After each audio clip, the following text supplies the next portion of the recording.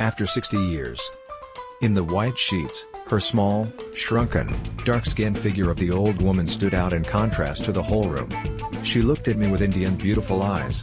The room swarmed with succubes that were pouring in from all sides and completely besieged the bed.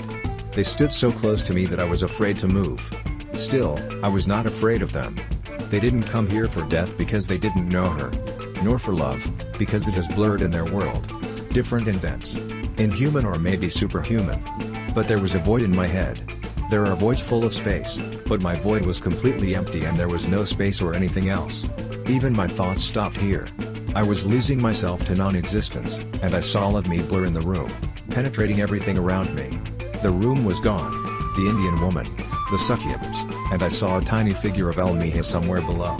He was jumping up and down awkwardly trying to cling to my big toe. My feet were swollen or inflated, and he clung to his thumb with his hands as he pulled me down. I saw that I had 10 fingers on 2 legs and tendons, which grew translucent and thin in them. Fibrous, as if woven from blue wire. Micho pulled with all his might. But my ballooning limbs did nothing to deal with it.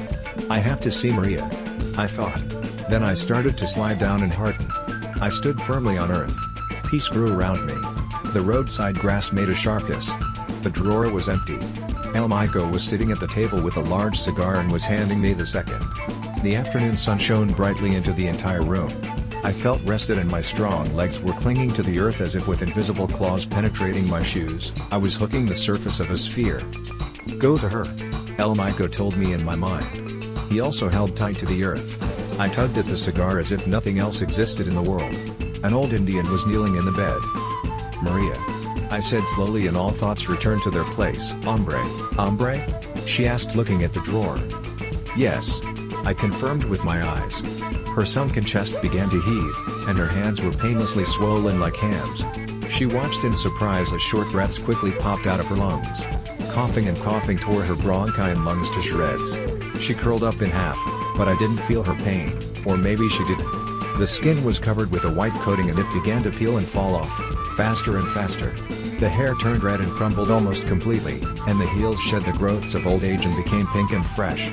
She vomited violent slime. She spat her teeth into the bowl and the skin came off her tongue. It was all clear. She was becoming a young Indian, like me and Micho. And was she doing it for the first time in her life? Inept and effective. She was lying on her side, panting. She smelled of sex and freshness. The blanket and all other sheets were thrown away. However, there was nothing repulsive about this spectacle. It was a strong and young life, awakening to the joy of the world. We stood in delight, looking at the young Indian woman, beautiful in her freshness and freed from age-old worries. She lay there and breathed softly.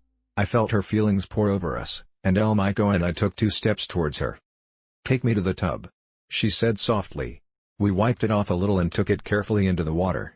She was lying there resting her head on my lap. Feet on Micho. I was washing and rinsing her hair. Micho looked at her silently. The beginning in chapter TS016A at www.kubi.pl